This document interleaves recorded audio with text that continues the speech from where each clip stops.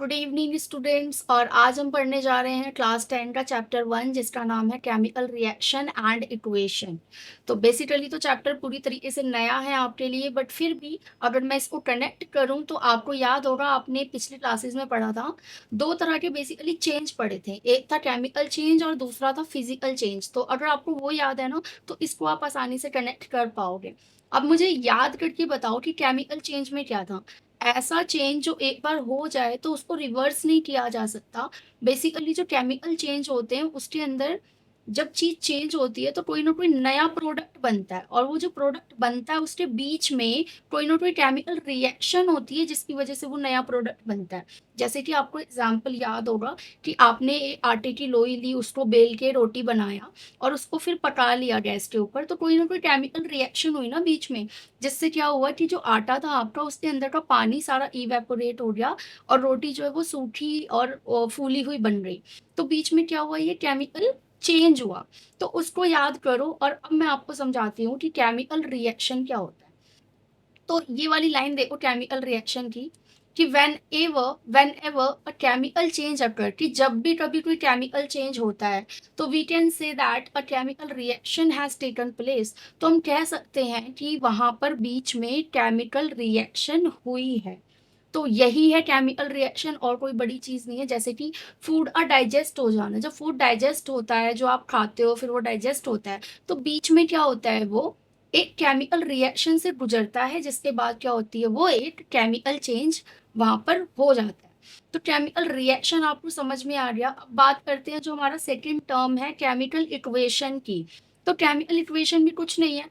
जब भी आप क्या करो, कोई भी केमिकल चेंज हुआ मान लो, और वो क्यों हुआ है, क्योंकि केमिकल रिएक्शन हुई है बीच में। तो केमिकल रिएक्शन को अगर हम एक्सप्रेस कर देते हैं symbolically, that is chemical equation. यानी कि जो केमिकल रिएक्शन हुआ है उसको हम ऐसे ना लिखे कि हाइड्रोजन और plus carbon equals to hydrocarbon, ऐसे ना लिखकर अगर हम हाइड्रोजन का H लिख दें प्लस कार्बन का C लिख दें, इस तरीके से अगर हम लिख देते हैं उसको, यानी कि सिंबल्स में रिप्रेजेंट कर देते हैं, तो वो हमारा बन जाता है केमिकल इक्वेशन। एग्जाम्पल के लिए आप यहाँ पर देख लो कि मान लो मैग्नीशियम को बर्न किया जाता है एयर में टू फॉर्म मैग्नीशियम ऑक्साइड, जिसकी वजह से हमें क्या मिलता है, मैग्नीशियम ऑक्साइड मिलता है। ये केमिकल रिएक्शन है। क्लियर। अब इसको अगर मैं सिंबलाइज कर दूं, जैसे कि मैग्नीशियम के लिए 2 mg प्लस एयर के लिए O2 लगा दूं, और फिर हमारा प्रोडक्ट जो मिला है वो है 2 MgO।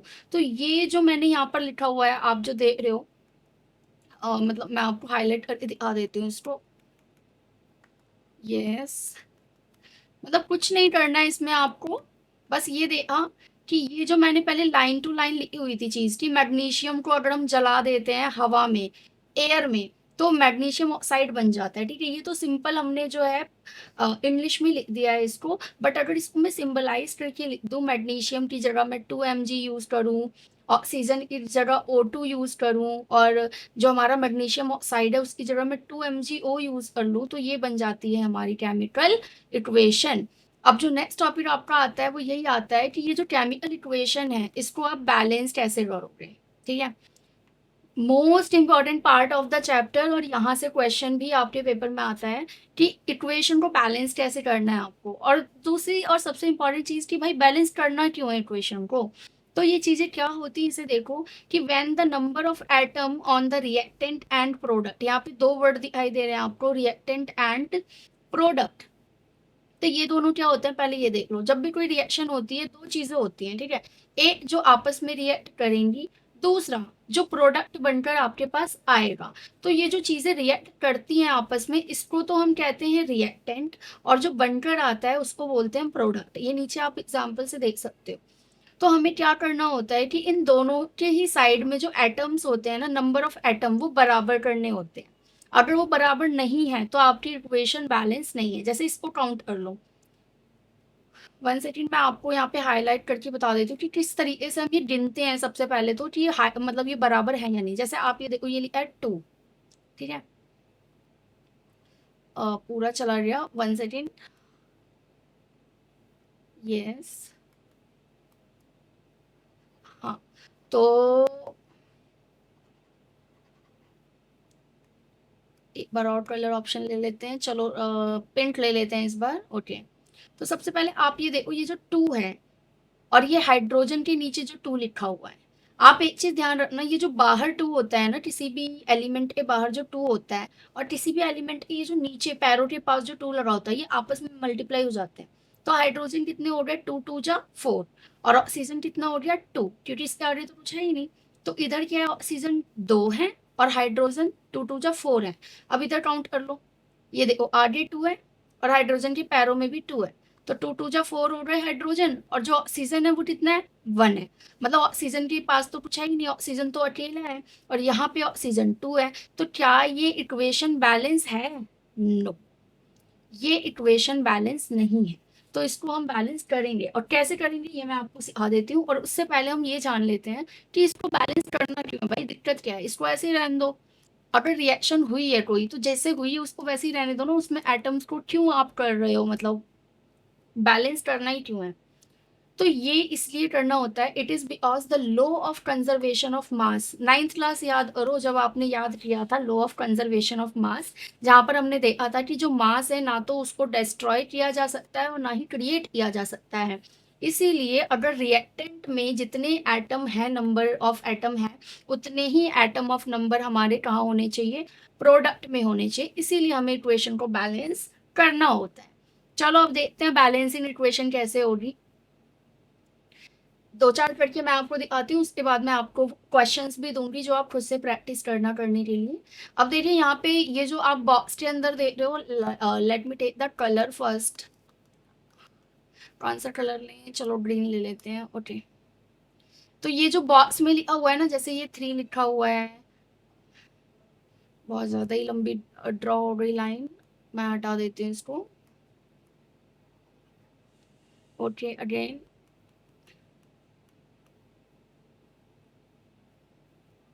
हाँ, तो ये जो ग्रीन कलर आप देख रहे हो, है ना, ये जो 3 लिखा हुआ है बॉक्स के अंदर ये, और ये जो 4 लिखा हुआ है बॉक्स के अंदर, ये आप मत देखो, क्योंकि ये मैंने बैलेंस किया है। आपका क्वेश्चन सिर्फ इतना था कि Fe plus H2O equals to Fe3O4 और H2। अब क्या करो, एक साइड लिख लो लेफ्ट हैंड साइड और दूसरी साइड लिखो राइट हैंड साइड। अब लेफ्ट हैंड में जो आपके रिएक्टेंट होते हैं ना, उसके सारे एलिमेंट लिख लो, उसमें क्या क्या है, जैसे यहाँ पे Fe है, आयरन हो गया, और हाइड्रोजन है और ऑक्सीजन है, ये 3 एलिमेंट हैं। और ये कितने हैं वो लिख लो, जैसे कि Fe यहाँ पर 1 है तो 1 लिख लिया, हाइड्रोजन 2 है तो 2 लिख लिया, ऑक्सीजन 1 है तो 1 लिख लिया। मैं एक बार और कलर ले लेती हूँ यहाँ से, ठीक है।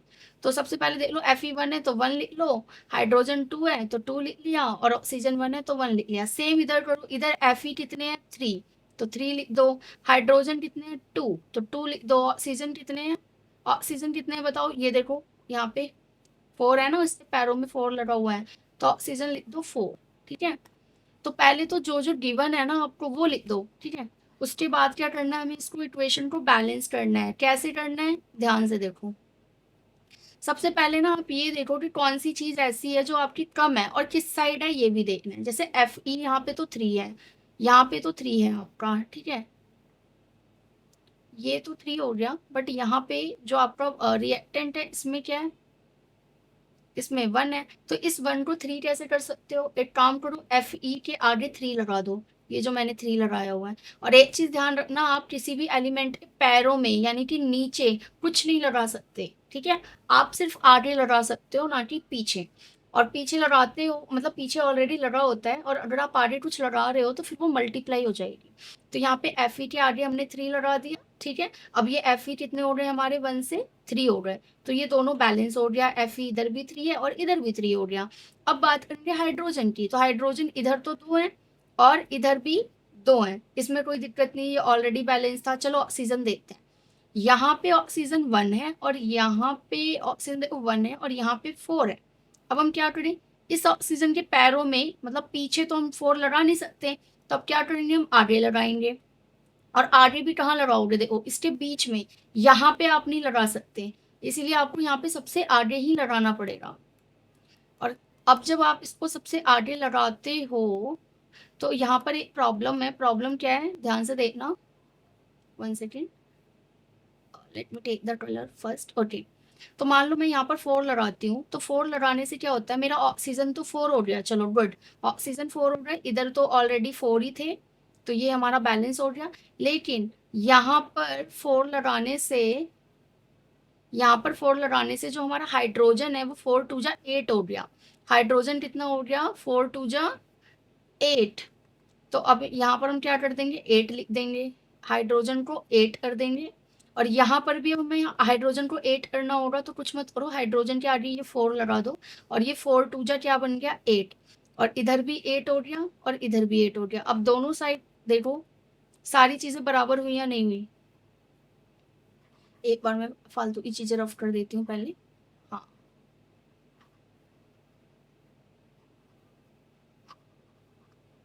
ठीक है, कलर ले लेते हैं। ओके, ग्रीन ही चलता है साथ में। ओके, तो ये जो हाइड्रोजन है अभी हमारा 4, अगर हमने यहाँ पे आगे 4 लगा दिया है यहाँ पे, तो हमारा ये क्या बन जाएगा, 4 टू जा 8 बन जाएगा। ओके, तो अब ये दोनों इक्वेशन क्या हो जाएगी, बैलेंस हो जाएगी, क्योंकि यहाँ पर भी 8 लग जाएगा। तो इस तरीके से सारी इक्वेशन हमारी बैलेंस हो जाएगी। एक्चुअली कलर करेक्टर ना काम नहीं कर रहा है ठीक से। चलो आगे देखते हैं।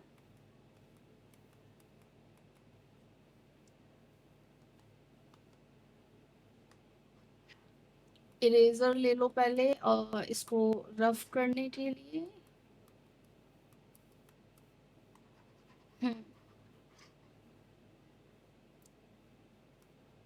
चलो अब आगे देखो, यहाँ पे एक और है, मैं इसको ऐसे ही आपको समझाती हूँ। देखो, ये जो मैंने बॉक्स के अंदर 2 लिखा हुआ है, और ये वाला 2 इसे मत देखना, ये मैंने बाद में बैलेंस किया है इक्वेशन को। क्वेश्चन ये है Mg+O2 और इधर है MgO। तो अब हम लिख लेते हैं कि लेफ्ट हैंड साइड में Mg कितने हैं, 1 शुरू में, और ऑक्सीजन कितना है, 2। इस साइड Mg कितना है, 1, और ऑक्सीजन भी है 1। तो देखो Mg तो दोनों तरफ 1 है, तो वो तो ऑलरेडी बैलेंस है, बट ऑक्सीजन को बैलेंस करना होगा। ऑक्सीजन हमारे लेफ्ट हैंड साइड में 2 है और राइट हैंड साइड में 1 है। तो इस ऑक्सीजन को 2 बनाने का सिर्फ एक ही रास्ता है हमारे पास, कि हम यहाँ पे सबसे आगे 2 लगा दें, क्योंकि एंड में नीचे तो लगा ही नहीं सकते हो और बीच में भी नहीं लगा सकते हो। तो अगर हम आगे 2 लगा दें तो हमारा Mg भी 2 हो जाएगा और ऑक्सीजन भी 2 हो जाएगा, जो कि अच्छी बात है। लेकिन Mg 2 हो गया और इस साइड हमारा जो मैग्नीशियम है वो तो 2 है ही नहीं, तो कोई दिक्कत नहीं है, इस साइड भी मैग्नीशियम के आगे 2 लगा दो। इट मीन आपको एक रूल ध्यान रखना है कि किसी एक को बैलेंस करने के लिए अगर दूसरी चीज अनबैलेंस हो रही है तो कोई बात नहीं, उसको फिर हम बाद में बैलेंस कर लेंगे। और इसी तरीके से ही आपके लिए मैंने कुछ और क्वेश्चन दिए, आप इनको करके सॉल्व कीजिए, और जो इक्वेशन बैलेंसिंग है वो आपको अगर आप ये 8 कर लोगे तो अच्छे से आ जाएंगी और सॉल्व भी हो जाएगा।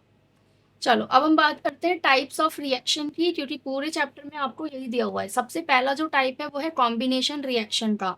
इसमें क्या होता है, इन दिस रिएक्शन 2 और more reactant formed a new single product. इसके अंदर जो रिएक्टेंट होते हैं, मतलब जो लेफ्ट हैंड साइड होते हैं, वो 2 या 2 से ज्यादा हो सकते हैं, और उससे बनता क्या है, एक सिंगल प्रोडक्ट बनता है। एग्जाम्पल के लिए आप यहाँ पे देख लो कि यहाँ पे आपने देखा CaO+H2O, यानी कि क्विक लाइम और वाटर को जब जोड़ते हैं तो हमारे पास स्लेट लाइम बनता है, जिसका नाम है Ca ब्रैकेट में OH। तो ये वाला जो है आपका कॉम्बिनेशन रिएक्शन में आएगा। आप देख रहे हो ना कि जो हमारा रिएक्टेंट है वो 2 है, मतलब 2 से ज्यादा भी हो सकते हैं, पर प्रोडक्ट जो है वो आपका सिंगल आएगा। ऐसी एक और एग्जाम्पल है बर्निंग ऑफ कोल का, जिसमें कार्बन के 2 एटम और ऑक्सीजन के 2 एटम जुड़कर CO2 बन जाता है, प्लस हीट और लाइट निकलती है। तो ये भी आपका कॉम्बिनेशन रिएक्शन हुआ। फॉर्मेशन ऑफ वाटर देख लो, ये तो बहुत ज्यादा आपके लिए डेली लाइफ से रिलेटेड भी है। 2H2O प्लस O2 को जोड़ने से 2H2O मिल जाता है। तो ये आपका देख रहे हो ना आप कि रिएक्टेंट में तो 2 चीजें हैं, पर बन के प्रोडक्ट सिंगल आ रहा है। नेक्स्ट हम बात करते हैं डिकम्पोजिशन रिएक्शन की। In this reaction a single reactant break down to give multiple product. अब इसमें क्या होता है, कॉम्बिनेशन का उल्टा हो जाता है। ये आपकी बैक एक्सरसाइज में भी एक क्वेश्चन है कि डिकम्पोजिशन रिएक्शन को कॉम्बिनेशन रिएक्शन का उल्टा यानी ऑपोजिट क्यों माना जाता है। क्योंकि डिकम्पोजिशन में क्या होता है ना, आपका रिएक्टेंट सिंगल होता है। जैसे ये देखो 2FeSO4, ये सिंगल है, लेकिन ये खुद टूट कर ब्रेक डाउन होकर, चाहे वो हीट की वजह से हो चाहे वो इलेक्ट्रिसिटी की वजह से हो, मल्टीपल प्रोडक्ट बनाता है। जैसे आप यहाँ पे देख सकते हो Fe2O3+SO2+SO3। तो यहाँ पे आप देख रहे हो कि रिएक्टेंट तो सिंगल है, लेकिन जो प्रोडक्ट है वो मल्टीपल बन रहे हैं, तो ये डिकम्पोजिशन रिएक्शन होता है। यहाँ लिखा भी हुआ है कि when a decomposition reaction is carried, कि जब भी कोई डिकम्पोजिशन रिएक्शन होता है तो heat in it is called thermal decomposition. और ये जो रिएक्टेंट रिएक्शन है डिकम्पोजिशन, अगर हीट की वजह से हो रहा है, ज़्यादातर तो हीट की वजह से ही होता है, तो हम इसे कहते हैं थर्मल डिकम्पोजिशन। तो अगर पेपर में ये आ जाए कि व्हाट इज थर्मल डिकम्पोजिशन, तो घबरा मत जाना, ये डिकम्पोजिशन रिएक्शन ही है, बट यहाँ पर जो है हीट यूज होती है, ठीक है। और अगर यही डिकम्पोजिशन रिएक्शन किसी इलेक्ट्रिक करंट की वजह से हो, जैसे यहाँ पे H2 को हमने इलेक्ट्रिक करंट दिया, उससे हमें मल्टीपल प्रोडक्ट मिले 2H2 और O2, तो जब भी कोई डिकम्पोजिशन रिएक्शन कैरिड आउट होती है इलेक्ट्रिक करंट की वजह से, तो इसे हम इलेक्ट्रोलाइटिक डिकम्पोजिशन कहते हैं। तो ये डिकम्पोजिशन भी दो टाइप का होता है, थर्मल और इलेक्ट्रोलाइटिक। अब हम बात करेंगे डिस्प्लेसमेंट रिएक्शन की। तो इन this reaction an element displace another element from its solution. तो सॉल्यूशन या फिर रिएक्शन के अंदर से क्या होता है कि एक एलिमेंट दूसरे को क्या कर देता है, डिस्प्लेस कर देता है, जो कि ज़्यादा स्ट्रांग होगा वही डिस्प्लेस कर देगा, तो इसे हम बोलते हैं डिस्प्लेसमेंट रिएक्शन। जैसे यहाँ देख लो Fe+Cu SO4, तो यहाँ पर आप देख रहे हो कि जो Fe यानी आयरन होता है वो ज़्यादा पावरफुल होता है, तो वो क्या कर लेगा, CuSO4 में से Cu जो कि कमज़ोर है उसको डिस्प्लेस करके खुद SO4 के साथ जुड़ जाएगा। सेम नीचे वाली एग्जाम्पल में देख सकते हो आप, जहाँ पे जिंक और CuSO4 जुड़े हुए हैं, तो जो जिंक होता है वो ज़्यादा पावरफुल होता है और जो Cu होता है हमारा वो कमज़ोर होता है, तो उसको बेचारे को अकेला छोड़ दिया। सेम ये लास्ट वाले एग्जाम्पल में भी देख सकते हो। यहाँ भी लिखा भी हुआ है कि जो Fe है यानी आयरन और जिंक आते हैं, एंड लेड जो है are more reactive element, so they displace copper from the compound. Copper बेचारा कम कह सकते हो आप पावरफुल है या फिर कम रिएक्टिव है, तो इसलिए उसको हटा देते हैं और डिस्प्लेस कर देते हैं और खुद जुड़ जाते हैं। अब हम बात करेंगे डबल डिस्प्लेसमेंट की। तो अभी जो ऊपर देखा हमने वो था सिंगल डिस्प्लेसमेंट, एक ही चीज जो है वो डिस्प्लेस हो रही थी, बट ये जो डबल डिस्प्लेसमेंट रिएक्शन है यहाँ पे टू डिफरेंट एटम और group are exchange to each other. इसमें ना एक्सचेंज हो जाते हैं, जैसे रिएक्टेंट में जो दो चीजें हैं वो आगे जाके दूसरी चीजों में जुड़ जाती हैं। जैसे वाला एग्जाम्पल देख लो Na2SO4+BaCl2। तो यहाँ पर आप देख लो कि Ba जो है वो क्लोरीन के साथ है, पर आगे जब प्रोडक्ट बना तो उसने SO4 को अपने साथ जोड़ लिया, और जो Na2 है उसने मतलब कि क्लोरीन ने Na को अपने साथ जोड़ लिया, मतलब आपस में एक्सचेंज हो गए हैं, तो ये होता है डबल डिस्प्लेसमेंट रिएक्शन। चलो नेक्स्ट हम बात करते हैं ऑक्सीडेशन की। तो ये भी रिएक्शन होता है, और इस रिएक्शन में क्या होता है ना, गेन ऑफ ऑक्सीजन होता है और हाइड्रोजन का लॉस होता है, मतलब ऑक्सीजन आती है और हाइड्रोजन लॉस हो जाती है। तो इसका भी एग्जाम्पल देख लो 2Cu+O2, यहाँ पे हीट दिया हमने और 2CuO, तो यहाँ पर आप देख लो कि गेन ऑफ ऑक्सीजन हो रहा है, ऑक्सीजन यहाँ पे आ रही है, तो ये ऑक्सीडेशन रिएक्शन है।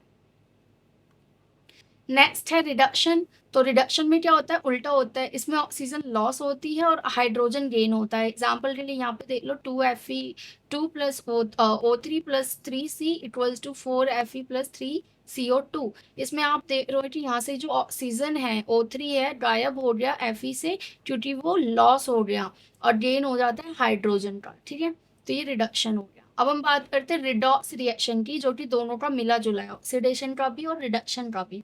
तो इस रिएक्शन में ना वन रिएक्टेंट मतलब एक चीज तो ऑक्सीडाइज हो जाएगी, ऑक्सीजन जोड़ लेगा, और जो दूसरी चीज है वो रिड्यूस कर देगी यानी कि छोड़ देगी। एग्जाम्पल देख लो यहाँ पे CuO+H2 दिया हुआ है, ऑक्सीजन यहाँ पर आप देख रहे हो कि H2 में नहीं था, बट जब प्रोडक्ट बना तो H2 के साथ ऑक्सीजन जुड़ गया, तो यह तो ऑक्सीडेशन हुआ, और यहाँ Cu से हट गया तो यहाँ पे तो रिडक्शन हो गया। तो जब एक साथ दोनों चीजें हो रही हैं तो हम कहते हैं रिडॉक्स रिएक्शन हो रही है। इसके साथ फिर आती है एंडोथर्मिक रिएक्शन। देखो ये सारे टॉपिक ना आपकी बुक के ही हैं, और आपके जो पेपर में क्वेश्चन आने हैं वो यहीं से आने हैं, तो इन चीज़ों को ध्यान से देखो और नोटबुक में अपने नोट डाउन भी कर लो। ये सारे हैंड रिटन नोट्स हैं जो इजीली आपको समझ आ रहे होंगे। एंडोथर्मिक रिएक्शन में क्या होता है, heat is absorb by surrounding in this reaction. इस रिएक्शन में क्या होता है, आसपास का जितना भी हीट होता है ना उसको ऑब्जर्व कर लिया जाता है। जैसे वाला एग्जाम्पल देख लो CaCO3 में जब हीट एब्जॉर्ब हो गई तो CO+CO2 जो कार्बन डाइऑक्साइड है वो बन जाता है। वही हम बात करें एक्सोथर्मिक रिएक्शन की, तो इस रिएक्शन में जो हीट है वो रिलीज हो जाती है, सराउंडिंग में चली जाती है वापस से। देखो एग्जांपल्स तो आपको लर्न करने पड़ेंगे ही, जैसे CaO+H2O आप देख रहे हो प्रोडक्ट बना, तो यहाँ पे जो हीट है वो सराउंडिंग में वापस जा रही है, जो ऊपर वाला एरो बना हुआ है उससे आप देख सकते हो। चलिए नेक्स्ट जो है आपका कोरोजन। तो कोरोजन क्या होता है? When a metal is attacked by the substances around it such as moisture, acid etcetera. तो कोई भी चीज जब वो बाहर रखी हुई है तो अपने सराउंडिंग में जो मॉइस्चर है या फिर आप कह लो एसिड है, पानी, हवा, जो भी चीजें हैं उससे रिएक्ट करती हैं, तो इसे हम कोरोजन बोलते हैं। जैसे कि रस्टिंग ऑफ आयरन, आपको पहले का याद होगा, 7th क्लास में आपने किया था कि लोहे पे जंग लग जाती है। क्यों? क्योंकि लोहा बाहर रखा हुआ है और वो ऑक्सीजन से क्या कर रहा है? रिएक्ट कर रहा है। इसी तरीके से ब्लैक कॉटन और सिल्वर, आपने देखा होगा जो चांदी की पायल वगैरह होती है वो थोड़े दिन बाद काली होने लगती है। क्यों? क्योंकि उसने बाहर की चीजों से रिएक्शन कर लिया, रिएक्ट कर लिया। इसी को हम बोलते हैं कोरोजन। ध्यान रखना, सिर्फ रस्टिंग नहीं होता है कोरोजन, इसमें एक और एग्जाम्पल हो सकता है, जैसे कॉपर होता है, तांबा होता है, उसको बाहर छोड़ दो तो कुछ दिनों में ना ग्रीन कलर की प्लेटिंग आ जाती है उस पे, तो वो भी कोरोजन का ही पार्ट हुआ। तो कोरोजन से बचोगे कैसे? प्रिवेंशन कैसे करोगे? पेंटिंग कर लो या तो पेंट कर लो, ऑयलिंग कर सकते हो, और गैल्वेनाइजेशन। गैल्वेनाइजेशन का मतलब होता है जिंक की पतली सी परत चढ़ाना, जिससे कि जो हमारा ओरिजिनल मैटर है, वो मेटल है, वो ढका रहेगा और वो ऑक्सीजन से रिएक्ट नहीं करेगा। इसके बाद हमारा लास्ट टॉपिक है इस चैप्टर का, रैंसिडिटी। रैंसिडिटी होती है when fat and oil are oxidise. मतलब जब भी जो तेल होता है और जो फैट होता है, हमारा न्यूट्रिएंट है फूड का, वो ऑक्सीडाइज हो जाता है, मतलब ऑक्सीजन से रिएक्ट करता है, दे बिकम रेंसिडेंट। रेंसिड का मतलब पता है क्या होता है? बदबूदार आप कह सकते हो एक तरीके से, मतलब उसमें से बेकार स्मेल आने लगती है, मतलब खाना एक तरीके से खराब हो जाता है जो भी ऑयली होता है, और जो उनका स्मेल है और टेस्ट है, दोनों ही चीज़ें चेंज हो जाती हैं। तो ये रेंसिडिटी और corrosion end of the chapter दिया हुआ था, बट इंपॉर्टेंट है, और इससे भी ज़्यादा इंपॉर्टेंट है इनकी प्रिवेंशन। तो ये जो रेंसिडिटी है, इससे बचोगे कैसे? आप क्या यूज़ करोगे? Antioxidant added to the food, like nitrogen जो होती है एडेड होती है पैकेट ऑफ चिप्स में, क्योंकि आपको पता है चिप्स के पैकेट में ऑयल भी है और फैट भी है। तो उसको प्रिवेंट कैसे करोगे ऑक्सीडाइज होने से? पैकेट के अंदर नाइट्रोजन डाल दो, क्योंकि नाइट्रोजन एंटीऑक्सीडेंट होता है, तो वो प्रिवेंट कर लेगा आपके चिप्स को खराब होने से। तो that was the last topic of the chapter. I hope कि आपको चैप्टर समझ आया होगा। यहाँ पे चैप्टर में मैंने सारे टॉपिक क्लियर करे हैं, मतलब कोई भी ऐसा टॉपिक नहीं है जो छोड़ा हो। बाकी आप जो है इक्वेशन बैलेंस करना जरूर देख लो, यहाँ पे मैंने बता दिया है वैसे, लेकिन जो क्वेश्चन मैंने दिए हैं ना, वो आप जरूर से जरूर सॉल्व करो, क्योंकि अगर आप 8-10 क्वेश्चन भी सॉल्व नहीं करोगे ना बैलेंसिंग इक्वेशन के, तो आपको बैलेंसिंग इक्वेशन नहीं आएगी, और पेपर में इक्वेशन बैलेंस करने के लिए आता ही आता है इस चैप्टर से। तो एक बार और मैंने स्लाइड लगा दी है, आप चाहो तो क्वेश्चन नोट डाउन कर लो यहाँ से, और जो ऊपर के सॉल्यूशन मैंने किए हुए हैं वो आप वो भी देख सकते हो। यहाँ पे एक चीज ध्यान रखना कि किसी भी एलिमेंट की ना पीछे, मतलब कि नीचे आप नहीं लगा सकते हो कोई भी नंबर, आगे ही लगाओगे, और जब आगे लगाते हो और पीछे ऑलरेडी कोई नंबर है तो वो आपस में मल्टीप्लाई हो जाता है। और एक चीज ध्यान रखना कि अगर आप किसी चीज को बैलेंस कर रहे हो और उसकी वजह से कुछ और बिगड़ रहा है तो बिगड़ने दो, उसको बाद में फिर बैलेंस कर लेना। बैलेंस करने का यही रूल है। और केमिकल इक्वेशन क्या होती है, बैलेंस क्यों करते हैं, ये सारी चीजें मैंने आपको बता दी है। ओके, तो चैप्टर यहाँ पे एंड होता है, मिलते हैं हम चैप्टर नेक्स्ट चैप्टर के साथ क्लास 10 के। तब तक के लिए आप पढ़ते रहो और रिवीजन करते रहो।